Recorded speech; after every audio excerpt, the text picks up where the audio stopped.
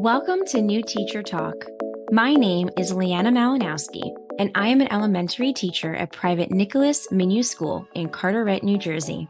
I have over 15 years of teaching experience. I am the 2022-2023 Middlesex County Teacher of the Year, top 4 finalist for State Teacher of the Year, recipient of the 2023 Winslow Coyne-Reitner Excellence in Teaching Award, and recently I became a certified structured literacy dyslexia interventionist.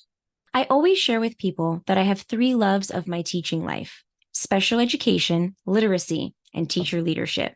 This is why I am very excited to be here with all of you, sharing my love for literacy and hopefully igniting yours too. I know what it's like to be in your shoes, my friends. I mean, let's face it, we know that our college classes don't teach us everything about what we need to know for teaching reading.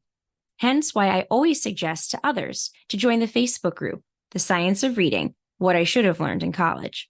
We need more support as educators to teach literacy. This is what motivates me to share with you all that I've learned through my own learning, research, and years of experience in the classroom. In my first episode, with reading as my topic, I talked about the complexities of teaching reading and how far we've come with our understanding of how the brain learns to read. After all, teaching reading is rocket science. I want to shed some light on a special and specific topic in literacy that I enjoy helping others understand better. So today, I am going to set sight words straight. That's right, you heard me.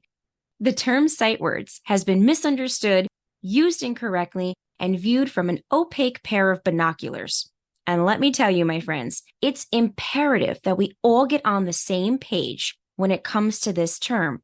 I feel like ever since I learned the correct way to apply the term sight words, I frankly cringe when I hear it used incorrectly. It's like a bell you can't unring. We know as educators that our students need consistency. And when one teacher talks about a term used in one way and a second teacher presents it differently, we are not helping our students. Our students will do whatever the teacher in front of them asks. So being unified is key for them to know what to expect and learn about literacy correctly. When teachers talk about the term sight words, some are referring to high-frequency words, such as is, the, and, was. There are about 100 of these that are the most common in texts at all different levels. Others say sight words are words that we have to, quote unquote, memorize because they do not have typical phonetic patterns. So which is correct? The answer is, well, neither. You see, a sight word is any word that we can read without having to sound it out, be it phoneme by phoneme, aka sound by sound, or in chunks. Our brain is technically sounding out the word, but it's done at such a rapid-fire rate that it appears we know the word by sight. We are processing each letter, which is how we can tell the difference between words like block and black. There are many misconceptions about reading. One main one being that reading is a derivative action from our visual memory. One might think that given we see words on a page when we read, that reading is a visual process, but that's not the case. Dr. David Kilpatrick explains in his book, Equipped for Reading Success, that we do need some visual perceptual skills for reading, such as alphabet recognition, but we do not store words visually in our memory, and then they pop off the page when we read. It just doesn't happen that way. I admit, my friends, when I first learned of this concept, I too was amazed, and to be honest, a little frustrated. This is why I highly suggest getting his book. It was truly a game changer for me as an educator, literacy enthusiast, and in my teaching of reading. So if we don't file our words into this visual file cabinet, yes, I still say that with air quotes here, my friends, how do we get to become proficient at reading words and knowing them by, oh, here comes the quotes again, sight? Dr. David Kilpatrick outlines this process, referred to as orthographic mapping. Let me walk you through this on a simple, easy path. Orthographic mapping is possible because of the unique connection between auditory and visual pathways. The concept was developed by another amazing literacy guru that you should take the time to become familiar with, Dr. Leana Malinowsky. To make words, letters are formed into meaningful letter strings. Think of it like a necklace with beads on it. Each letter is tied to a sound, and together it creates a spoken word that is recognizable. The key here is that each phoneme is tied to a grapheme. In other words, sounds are connected to letters. This is why when students have difficulty learning to read, it is not a visual problem. It's a phonological problem because the breakdown usually happens at the phoneme level. If you're not familiar with the terms phonological and phonemic, I invite you to listen to my prior episode. In a nutshell, though, phonological awareness is an umbrella term for our ability to work with sounds in spoken language, such as rhyming and identifying syllables in words. Phonemic awareness falls under this umbrella term, phonological awareness, because it's our ability to hear, identify, manipulate spoken sounds. Our brain anchors the phonemes in a word's pronunciation to the printed letter strings into our long-term memory for future retrieval. So, we are not memorizing the look of a whole word, but rather storing this necklace of sounds into letters, 2 letters, into our brain. Now, you might be saying, okay, so what does this mean for me as a teacher? If you teach the early childhood grades like I do, such as K-2, the first thing you want to do is stop giving a list of words that students need to, quote unquote, memorize each week and test their spelling. Without knowing the sounds for these letters, odds are, well, they won't know how to spell them on Friday. We only took a glimpse at the decoding window so far, my friends, let alone gaze into the distance at encoding, aka spelling. Rather, teach students to sound out words. After all, about 84% of English is decodable.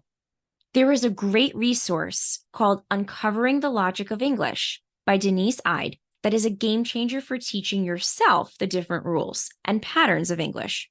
Then you can turnkey this to even our youngest of students. Many people think this type of direct, explicit, and systematic instruction makes kids bored. Have you ever seen kids play with Legos? They love to build things. So they love to build words. I've seen it in action with my own students. So on the contrary, not only is it how the science of reading tells us kids need to learn, but I found it that they view it like a puzzle.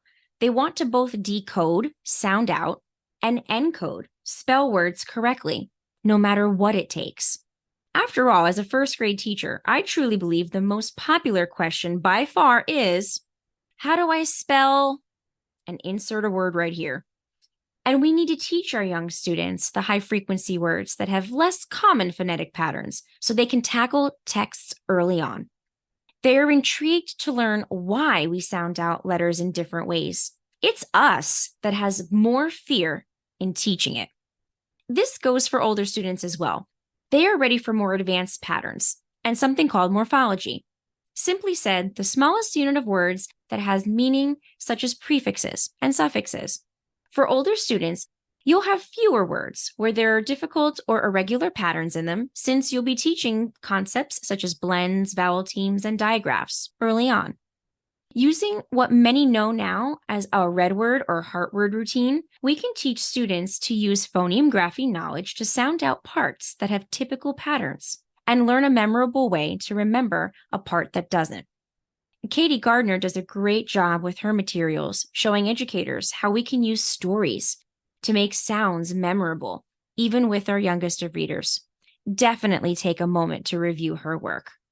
For example, when presenting the word was, like she was in school today, teach the students that letter W makes its typical sound, w, while the A is a vowel. We know that vowels can usually make 2 sounds, the long and the short, but sometimes they're confused. So letter A here says, much like we do when we're confused or we need to pause. Really though, is a Hebrew schwa sound. The letter S in the word was wants to be like the letter Z and make the Z sound. The letter S as Z comes from French. Now, we have learned that words that appear frequently in our language are high frequency words, such as the word was, and now we know how to sound it out. Words that do not follow a typical phonetic pattern can be called irregular. But again, check with your resources. Even a simple Google search will do. One of my favorites is edamonline.com. This is there to help us check the history and see if there are reasons why letters have a different sound in a word and how the word is developed over time. Our true, quote unquote, sight vocabulary means we can read the word without having to sound it out. It's been orthographically mapped into our lexicon, and we can pull it off the bookshelf whenever we need it.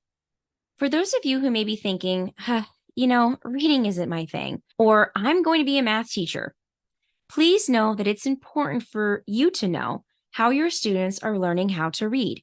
There are simple things you can do, even if you haven't had many classes, training, or instruction on teaching reading.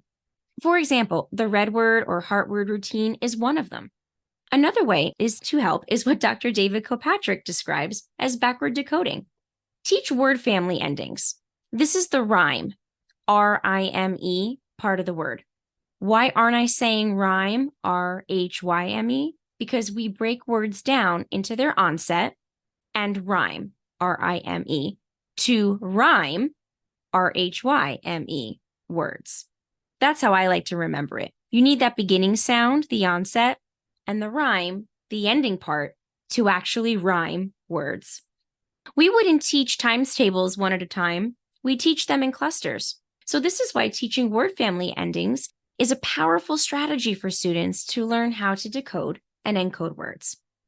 Another thing that we can do, no matter what grade we teach, is we can spread the word and set sight words straight.